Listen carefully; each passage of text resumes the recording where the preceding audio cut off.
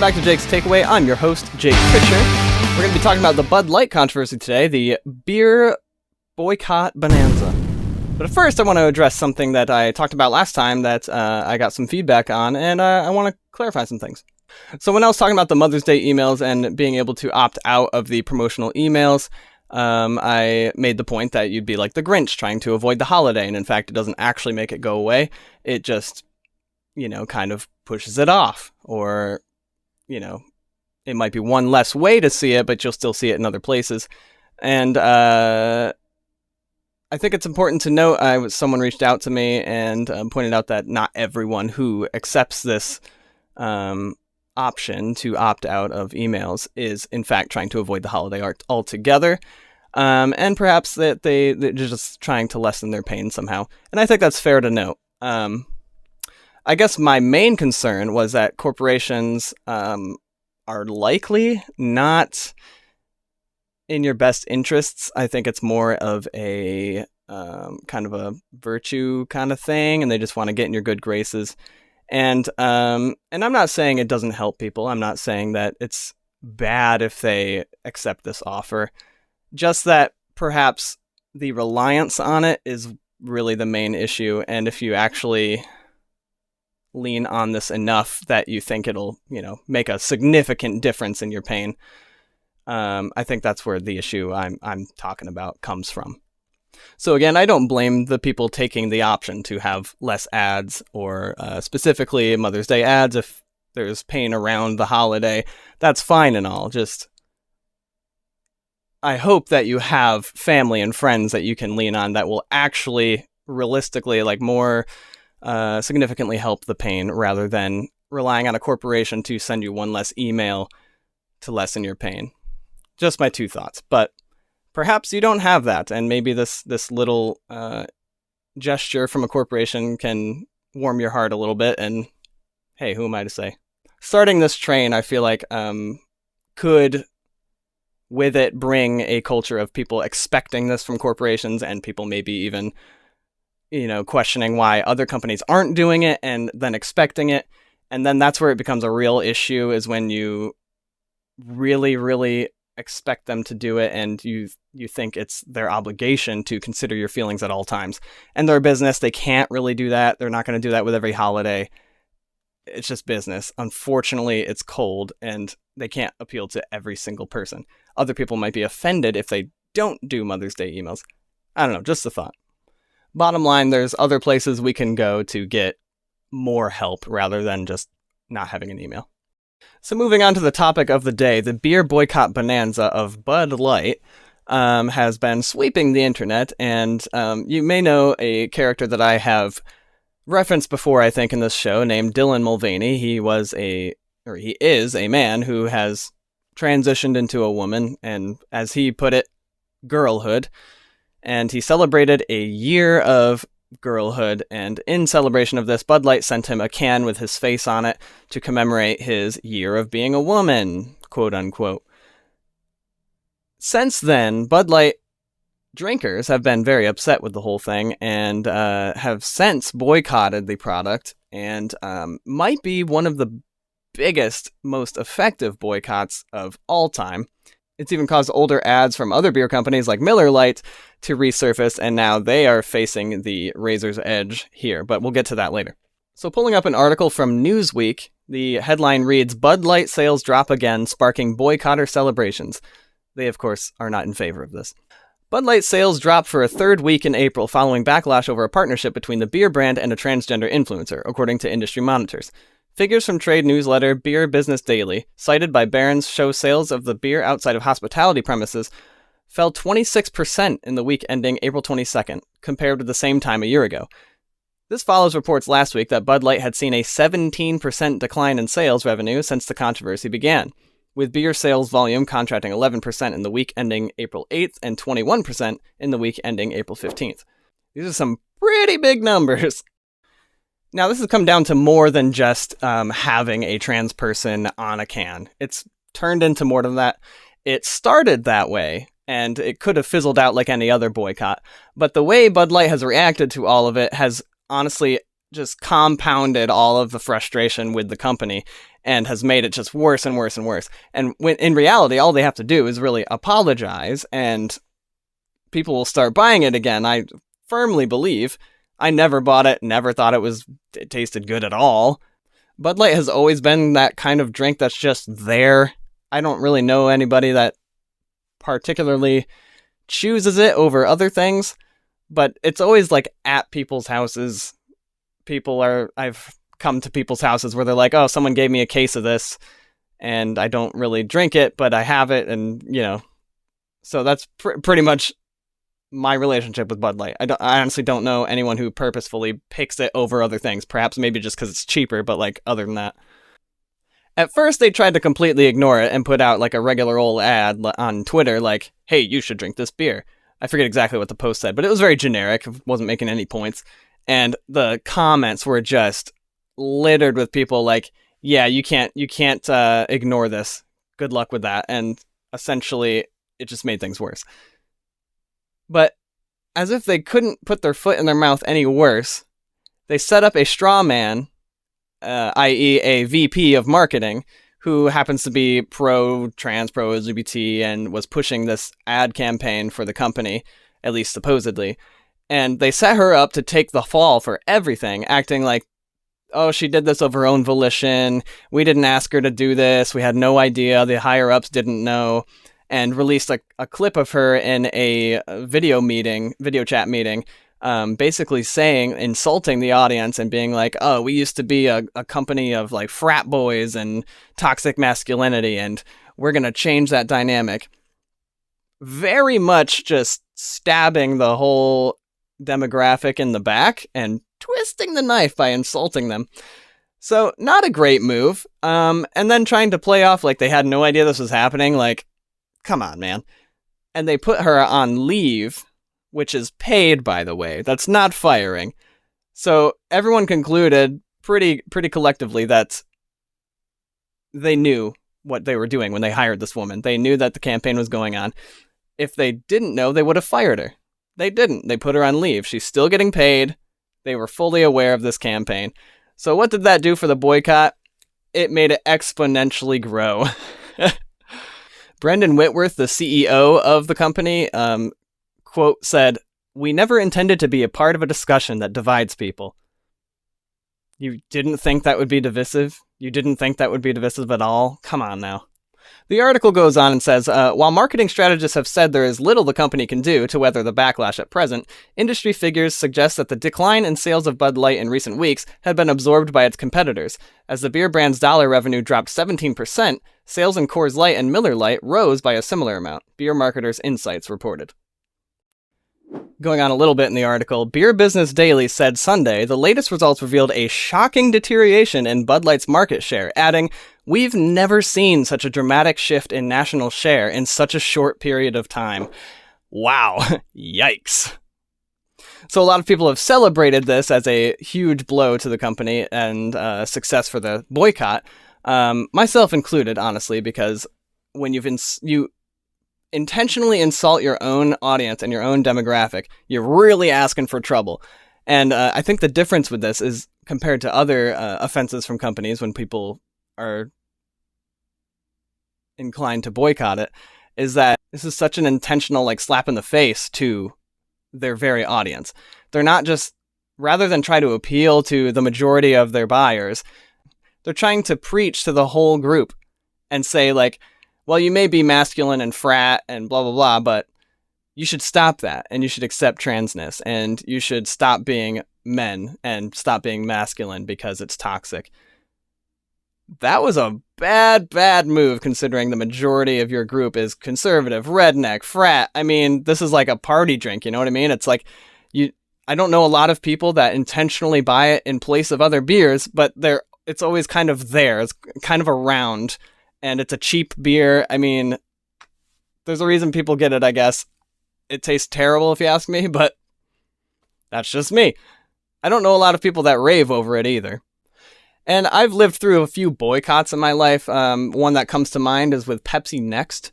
If you remember, perhaps, the controversy with that was that they were putting aborted fetuses into the recipe of the Pepsi Next, it sounds absolutely bananas. And at the time, I thought it was like, that's ridiculous, right? Question mark.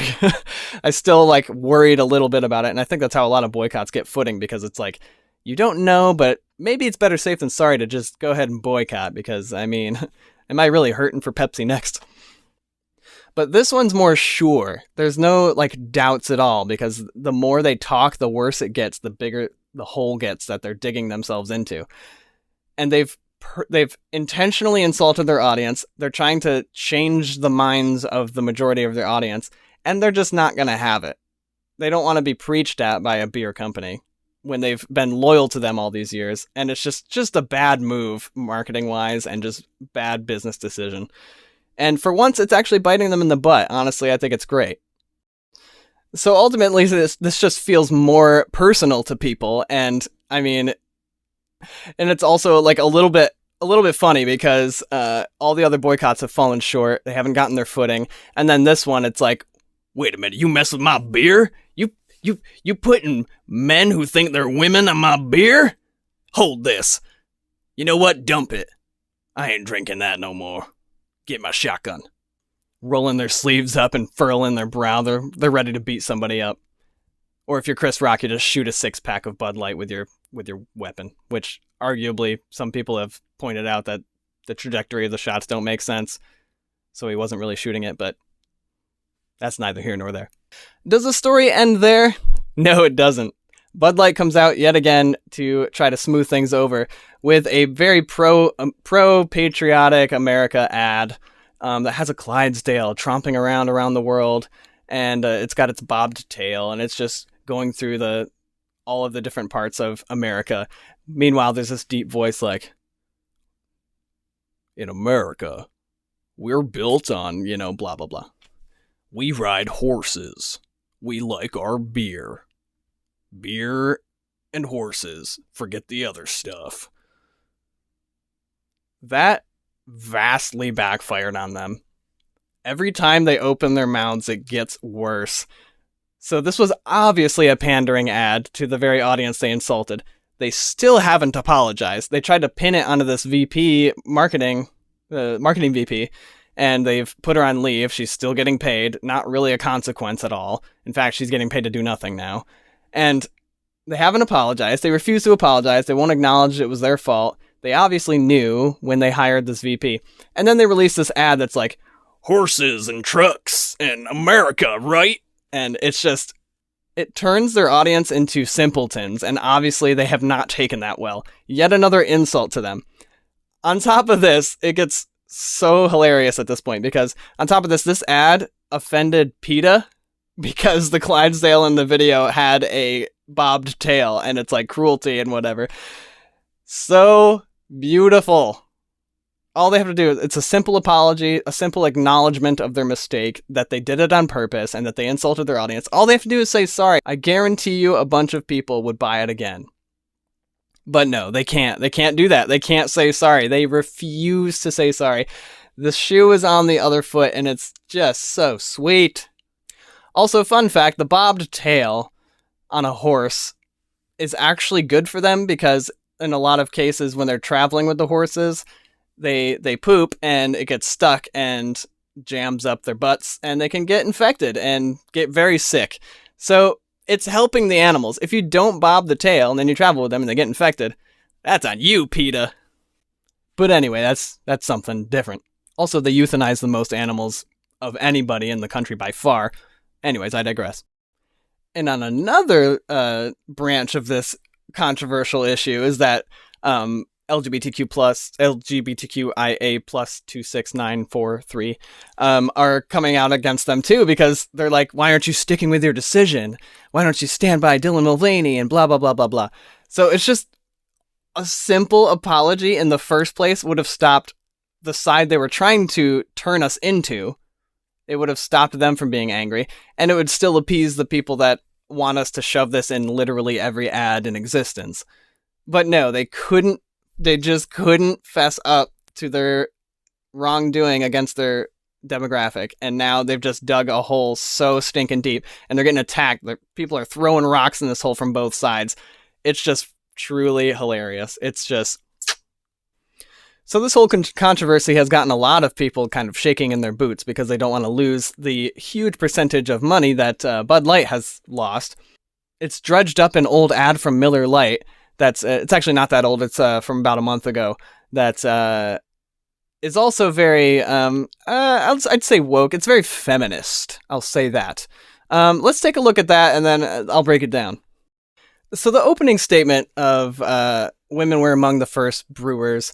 I have no real issue with this statement. I think it's honestly a pretty truthful statement because some of the earliest stuff we've found as far as the earliest beer making, there have been drawings of women on like stone tablets and stuff. And I'm not denying that at all. Among the original brewers, that's true. At least as early as we can tell. We're assuming that these are the original brewers. We have no idea. There's probably stuff older than we've discovered that has some beer making because no one can really seem to pinpoint who exactly invented beer. That leads me to suggest that it's been around a good long time. So there's a good chance that the oldest stuff we found is not, in fact, the original. Just a thought. But as far as we know, that is most likely to be the original. So saying they're among the original brewers of beer, not a false statement. Here's a little known fact. Women were among the very first to brew beer ever. From Mesopotamia to the Middle Ages to colonial America, women were the ones doing the brewing. Centuries later, how did the industry pay homage to the founding mothers of beer? They put us in bikinis. Wow. Look at this wild. It's time beer made it up to women. So today, Miller Lite is on a mission to clean up not just their but the whole beer industry's Miller Lite has been scouring the internet for all this and buying it back so that they can turn it into good for women brewers. Literally, good How, you ask? Ladies, take it away. First, we turn the bad into compost. Then we feed compost to worms. Push out beautiful fertilizer. That good helps farmers grow quality hops, which is then donated to women brewers to make their own really good But there's definitely more out there. In your attic, in the garage, in your parents' basement. Send any you got into Miller Lite, and they'll turn that into good too. Oh. So here's to women, because without us, there would be no beer.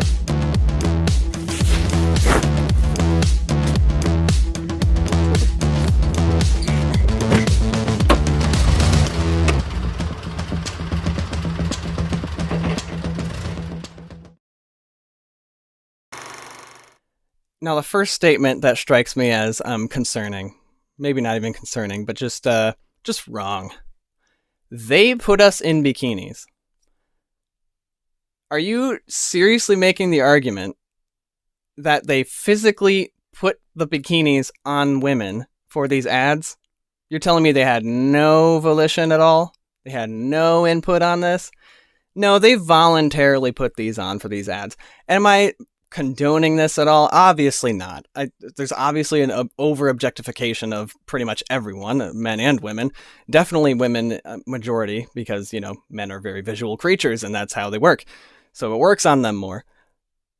I'm not in any way condoning this, but to say that they had no way out of it, they didn't have to take the ad, they didn't have to take the spot for the commercial. They have plenty of other jobs to do, I'm sure. I mean, especially if you're a half decent looking woman, you can pretty much do anything. You don't have to put a bikini on. It was just the way things, it was the way the culture was back then. And, someone's going to take it. To assume that all women were being oppressed in that way in that time is just a humongous overstatement. And then to say as if men were forcing them into these bikinis. I mean, come on. Honestly, my favorite part about this advertisement is that while they're preaching that old beer advertisements had way too many women in bikinis, they show more women in bikinis than any other beer ad in history, probably, by literally showing all of the ads in the background, the cardboard cutouts, the pictures on the walls. There's more. They've done more than any other beer ad, and I find that just truly hilarious. So they're pretending that they're preaching against this, but in actuality, they're showing more women's bodies than any beer ad ever has before it.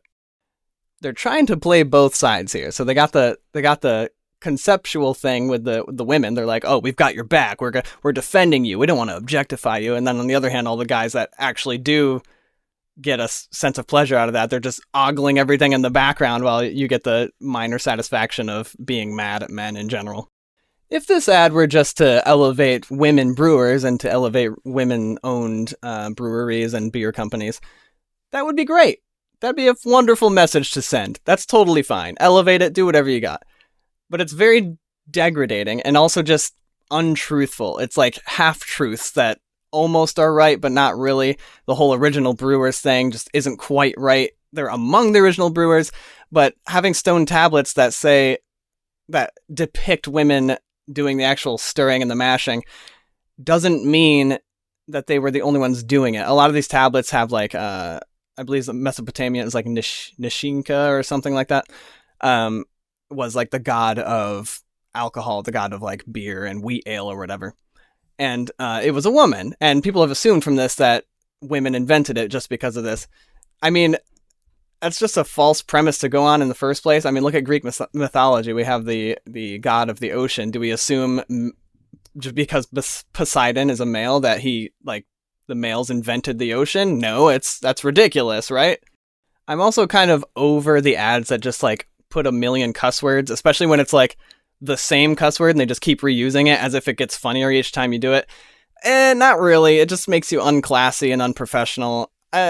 Not a great look in my opinion. So I'm kind of done with that, especially if you end up bleeping it out anyway. Like, what's the point? And they think it adds to like the feminine power, the feminist power, where they're like, oh, I can cuss up a storm. I'm a woman. Doesn't that bother you? It's like, yeah, but not in the way you think it does. It's just annoying and unclever. Lastly, probably the most deceitful comment of the whole advertisement was, here's to women. Without us, there would be no beer. So many assumptions are made here. Okay, first off, you made the point in the beginning that they were among the first brewers. That's fine. That's the only truthful conclusion we can make, because we don't really know who it was. However, assuming that they were the only ones brewing just because of some stone tablets we found that have women mixing the ingredients together, not as if that's the only part of the process, first off, but then to just assume, from the knowledge we have, that that's the only possible conclusion. It also ignores completely that someone had to go out there with a sickle and cut the wheat and do all the farming and bring it in. I think it's more logical to conclude that the actual mixing of the ingredients was more of a womanly duty for the era, and it was more of like a household, like, home thing to do. So the men would grow the wheat, they would cut the wheat, they would barrel it up, bring it over, and then they would mash it up and, ferment it and make beer out of it. They did half the process. I'm not knocking that at all, but to assume that to make them the sole creators is a huge jump. And to say that without women, they wouldn't exist. Are you really trying to tell me that men, if they relied fully on women, if the women just stopped making the beer, they would just give up on beer? Are you really telling me that? Because I guarantee you they would do whatever they had to do to make beer. Even if it was crap, they would find a way. They also make no statements as far as what Miller Lite does to help the whole demographic of women brewers.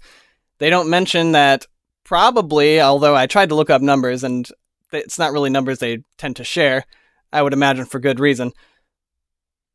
But I can pretty much guarantee that the majority of their staff are male and not female. Notice they don't virtue signal with their own company. They just have this abstract idea to point their guns at. So I highly doubt they're mostly employed by women or whatever. So they're saying all this and it's all a moot point because Miller Lite is Miller Lite and they've done it with majority of men for a long, long time. And it's been that way for a long time. Even if you say the original beer was made by women, majority of the time now, not the case. And if Miller Lite were making it with exclusively women, they would have said so because it would have been a great talking point in this advertisement. However, it was not in the ad. So that's my take on the most effective boycott in history. And I don't think it's done yet. I think it's going to go on for quite a while yet. What are your thoughts about it? Let me know in the comments. I honestly think it's pretty hilarious, and it holds the company accountable. So, I mean, all they have to do is apologize, but they refuse. So it shows their stubbornness and also their just total disregard for their own base. So I think they kind of deserve it at this point. Maybe even if they didn't deserve it at first. And you could argue before that they were just, following everybody else and doing what the woke mob told them to do. But then they like doubled down and then tripled down and then quadrupled down and they still haven't apologized. So they kind of deserve it at this point. And it's pretty funny to watch. They could still apologize and things could go back to normal, but they haven't. And it's just a great time to watch it. It's good entertainment. So keep not apologizing, Bud Light. We'll see how much those sales tank and see if people don't just switch to like Yingling or something, who have been openly patriotic since this whole thing. I mean, well, they always were, I guess, but they've since kind of subtly just like put American flags in their ads and stuff, and people have ultimately switched over there or to Coors or something, which now that's becoming a problem because Coors and Miller Lite are under the same company. But yeah, it's been an effective boycott, the most effective I've seen, and the most impactful to the culture, I think. So I don't know. Let me know your thoughts. But that's everything I got for you today. Thanks for watching Jake's Takeaway. I'm your host, Jake Critcher. I will see you next time.